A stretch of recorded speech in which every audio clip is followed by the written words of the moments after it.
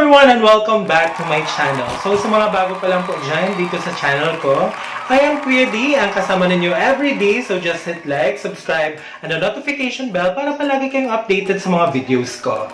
So, let's start! Para happy ang everybody!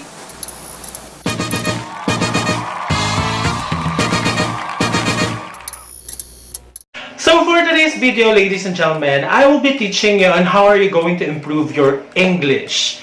Tama po ang dinig ninyo. How are you going to improve your English? So karamihan po kasi sa atin, medyo nahihiya po tayo na magsalita in English because other people might laugh at us at baka pagtawanan tayo ng marami.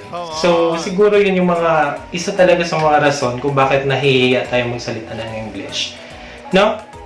Kasi maraming perfectionist eh. Pagdating dito sa Pilipinas, mga perfectionist halos lahat ng mga tao. Maling pronunciation mo lang, pagtatawanan ka na agad. Nagsasalita ka lang ng English, sabihin ka agad na, uy, feeling matalino yan siya, ganito, ganyan. Maraming sinasabi yung ibang tao, porket nagsasalita ka lang ng English, ang daming improve. Huwag kayong mahiya.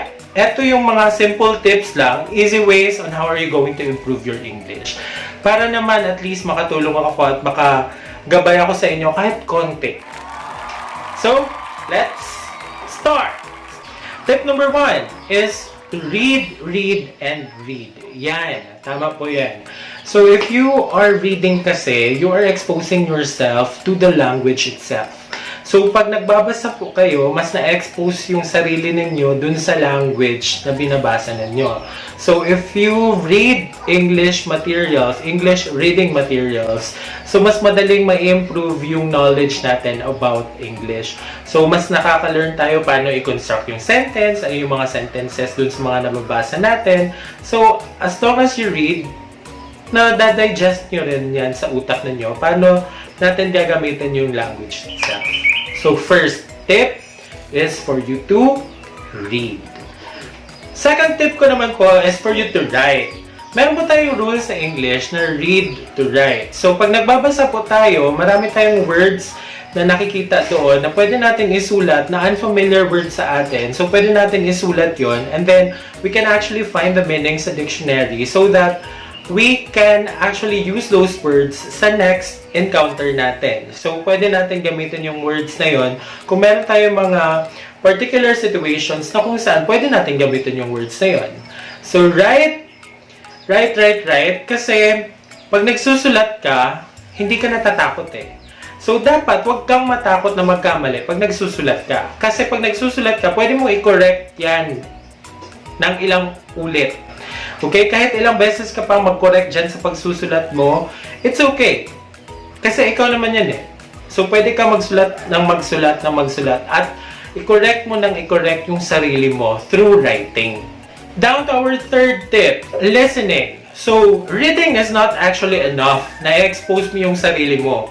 Okay? So, pwede mo rin i-expose yung sarili mo through listening. So, you can actually listen to speakers, to other people, and kung hindi ka sure dun sa mga sinulat mo na words, kung paano sila i-pronounce, you can actually listen to Merriam-Webster's Dictionary.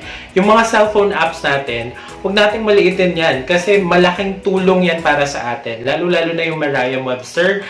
So, kung nakikita nyo dyan, meron kayong makikita na parang speaker na button. You can actually tap that para malaman natin kung ano yung pag-pronounce or tamang pag-pronounce ng word na nahanap natin doon. Fourth tip is to speak. Ayan na.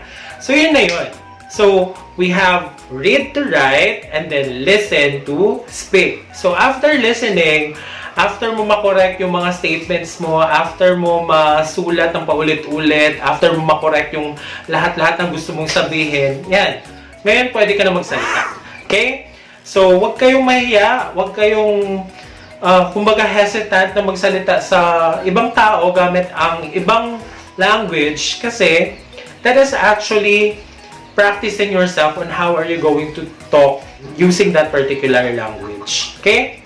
So, huwag kayong mahiya to use English as a medium. Kasi nga, English is a universal language. Kahit saan ka pupunta talaga sa mundong ito, magagamit mo yung English to communicate to other people sa ibang bansa. Now, kung nagtatanong kayo, Kuya D, paano ko ma-improve yung speaking skills ko? Kasi medyo bulol ako and then medyo mahirap sa akin paano magsalita ng ganito, ganyan. Yung mga words ko po, medyo matitigas, medyo malalambot. Actually, okay lang yan. Umpisa yan eh.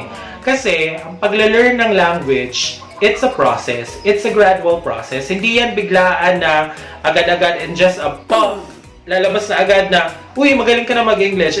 It's not like that. Learning a language goes through a process. So, parang nagle-learn ka lang ng bagong instrument niyan. Like, for example, nagle-learn ka ng violin. Siyempre, from bottom to top talaga yan. Magle-learn ka muna ng notes, paano magbasa ng kung ano-ano, and then, saka ka makaka-play ng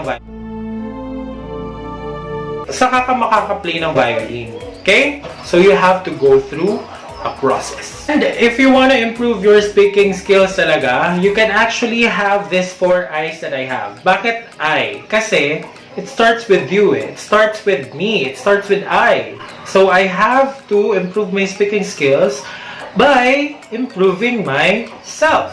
So, ano yung 4 na I's na yun? First, we have imitation. Imitation, kagaya ng mga bata, mimicry, they are actually good in mimicking. Kaya, pag nagsasalita ka, if you are speaking a particular language, tapos hindi mo alam paano siya i-deliver, you can actually imitate people na marunong magsalita ng language na yon. You can actually expose yourself dun sa mga tao talaga na nagsasalita ng English, yung mga Briton, if you want, yung mga Americans, if you want. If you can't find someone, manonood ka ng mga movies na mga English movies.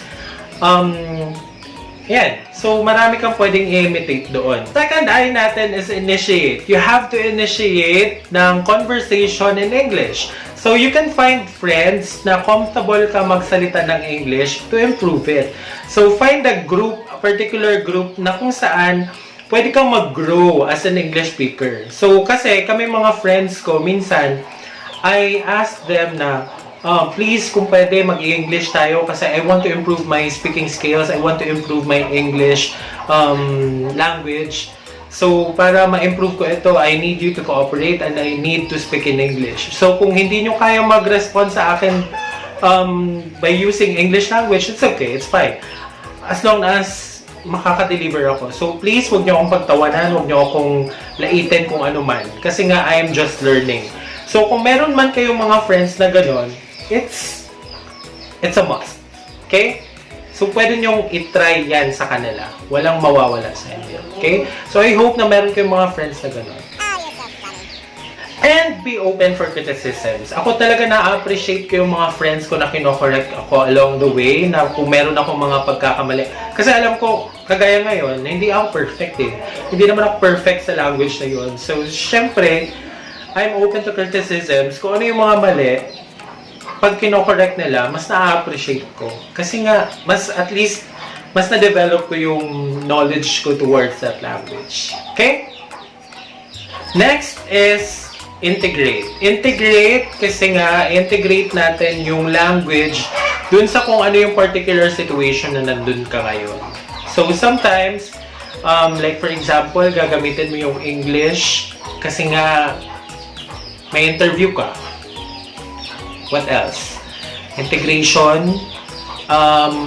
Pupunta ka sa isang lugar na may kakausapin kang English na tao na hindi marunong or hindi nakakaintindi ng other language aside from English. So, you really have to speak in English. Yun lang. And you can improve your English speaking skills actually. And lastly, inform.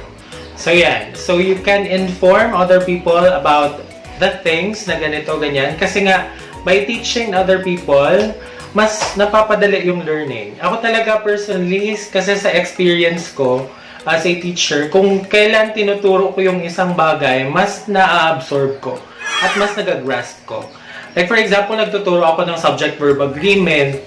Along the process, along the way, hindi ko kasi alam yung mga rules, yung different rules talaga, hindi ko yan memorize talaga lahat. Pero pag nagtuturo ako, mas naiintindihan ko at mas na-open yung mind ko sa topic na yon. At mas madali yung pag-grasp ko ng information about that one. So lastly, you have to inform. You have to teach other people as well.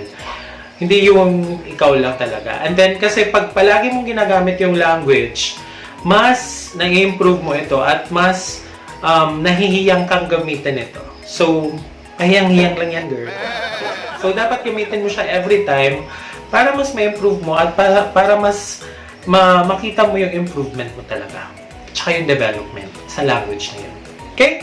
So, I think we are done. So, if you like this video, just give me a thumbs up. And sa mga hindi pa po nakasubscribe sa ating channel, just subscribe and hit the notification button para ma-update kayo sa mga bagong videos natin.